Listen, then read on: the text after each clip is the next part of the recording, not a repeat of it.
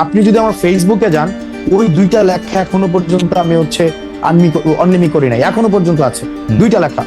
একটা হচ্ছে যে বঙ্গবন্ধুকে সেখানে হচ্ছে জন্মদিনের শুভেচ্ছা জানানো। যে আপনিও তো 2020, 21, 22, 23, 24 খুবই আগ্রহ ভরে বঙ্গবন্ধুর কথা লিখেছেন, স্লোগান দিয়েছেন, বক্তৃতা দিয়েছেন, খুবই সুন্দর করে কি বলে ক্রোড় পত্রে লেখা ছাপিয়েছেন। আপনি যেহেতু ভালো বলেন, অনেকে বুঝিয়েছেন, সেই ক্ষেত্রে সেইটা আপনি যখন আপনাকে দেখেন, আপনি এটাকে কিভাবে বিবেচনা করেন? আমার জীবনে আমি একটা বক্তব্য দেই নাই, একটা মিছিলে যাই নাই, 1 মিনিটের জন্য আমি কোনো ছাত্রলীগ করি নাই। আপনি যদি খুব খেয়াল করে দেখেন, আমি পুনরাবৃত্তি করছি, আমি আমার জীবনে পুনরাবৃত্তি করছি, 1 মিনিটের জন্য আমি শেষ করি। 1 মিনিটের জন্য আমি ছাত্রলীগ করি নাই।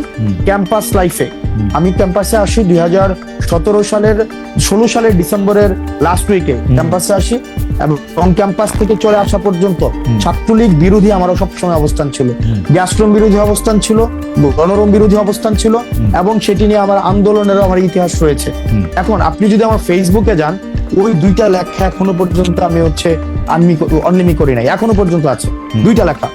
একটা হচ্ছে যে বঙ্গবন্ধুকে সেখানে হচ্ছে জন্মদিনের শুভেচ্ছা জানানো।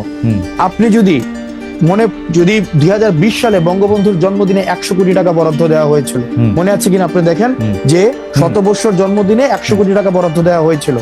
এবং আপনি যদি ওই পোস্টের আপনি ক্যাপশনটা পড়েন, ওই ক্যাপশনের মধ্যে ওই শেখ মুজিবের একটা উক্তি লেখা আছে যে যেই দেশের মানুষ খাইতে পায় না, যেই দেশের মানুষ হচ্ছে এখনো পর্যন্ত অন্ন বস্ত্র বাসস্থানের জোগাড়ই করতে পারে নাই, তাদের আবার কিসের জন্মদিন, তাদের আবার কিশোর জন্মদিন। অর্থাৎ যেই ব্যক্তি এই কথা বলে গেছে তার জন্য আপনি 100 কোটি টাকা দিচ্ছেন, সেটা হচ্ছে মার্চ মাসে। তখন